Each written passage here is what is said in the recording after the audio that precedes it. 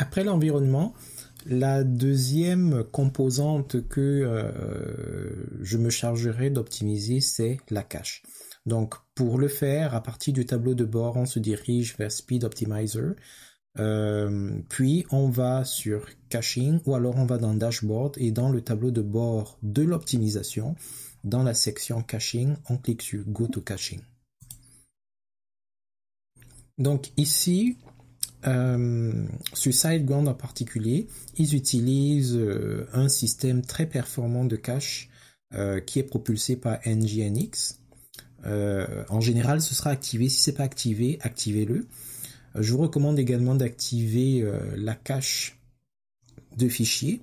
Donc pour cela, vous cliquez sur l'interrupteur là. Puis, c'est pas tout. Deuxième étape, vous venez ici au niveau de Configure et là vous indiquez pendant quel délai de temps est-ce que cette cache doit être conservée. Je rappelle que la cache basée sur les fichiers, ce que ça va faire, c'est que ça va prendre votre site web WordPress, qui est un site web dynamique, et ça va le transformer, ça va créer des pages, générer des pages qui seront des copies exactes de votre fichier, et ça va les transformer en HTML. Ça rend votre site web tellement plus rapide, vous n'avez même pas idée. Mais maintenant, il faut décider pendant combien de temps est-ce que ces pages statiques-là vont rester sur votre site web. Par défaut, c'est 1 semaine, mais vous pouvez changer la durée suivant la fréquence à laquelle vous changez votre site web. Donc, si vous avez un journal du genre toutes les 3 heures, il y a du contenu mis à jour, ben, ça se peut que vous preniez par exemple 12 heures, ou bref, que vous changez un peu l'intervalle. Si vous n'avez pas besoin de ça parce que vos informations changent tout le temps, bon ben vous allez désactiver ceci, vous n'allez même pas du tout activer cette fonction-là. Si votre site web est un peu plus tranquille, il peut rester vraiment des jours ou des semaines sans bouger. Je vous dirais que 1 semaine, c'est pas mal correct. Autre chose que je vous encourage à activer, c'est le préchauffage de la cache. Je ne sais pas comment on peut traduire ça en français, mais en gros, ça consiste parce que la cache, comment est-ce que ça marche? En général, il faudrait que quelqu'un visite la page une première fois.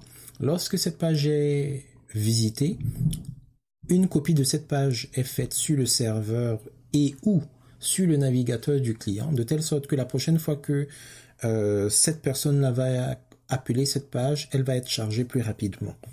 Donc, ça fait que parfois, avec cette méthode, la toute première connexion peut être très, très lente. Même si toutes les autres seront rapides comme l'éclair, la toute première sera extrêmement lente. Pour éviter cela, on peut demander au système de préchauffer la cache. C'est un peu comme quand vous faites le préchauffage du four. Il rend le site web plus rapide en avance. Ça veut dire qu'il fait comme si quelqu'un s'y est connecté avant de s'y être vraiment connecté. Ça fait que lors de la première connexion, le site web est affiché vraiment plus rapidement. Donc, pratiquement uniquement des avantages, sauf si vous avez un site web extrêmement dynamique. Donc, vous pouvez également cacher ceci pour les utilisateurs, mais c'est pas nécessaire. Donc, laissez juste le premier, puis Hit Cache, et vous cliquez sur Confirm. Et autre élément important, c'est la même cache, donc je vous recommande de l'activer.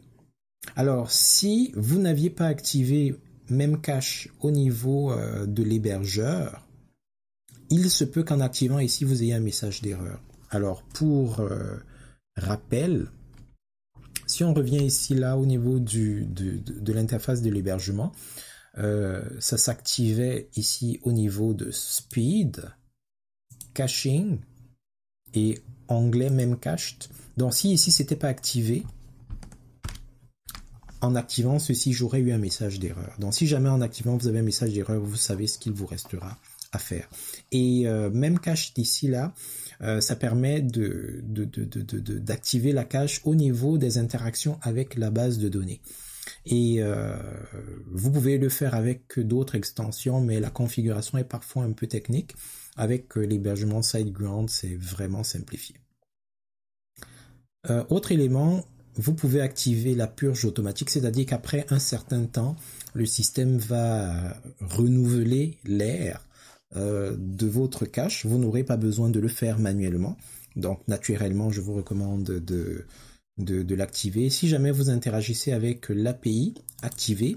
Même si vous n'interagissez pas avec l'API ou même si vous n'êtes pas conscient que vous le faites, je vous recommande de l'activer quand même parce que ce sont des réglages qu'on fait une fois et après, c'est pas toujours évident de revenir là-dessus. Donc, c'est mieux d'activer les fonctions les plus efficaces tout le temps. Et c'est pas mal tout. Donc, pour récapituler, on active la cache dynamique, la cache basée sur les fichiers. Vous activez également le préchauffage de la cache. Vous activez Memcached. Et puis, au niveau de la purge, vous activez même au niveau de l'API. Le reste, vous pouvez laisser sans changement.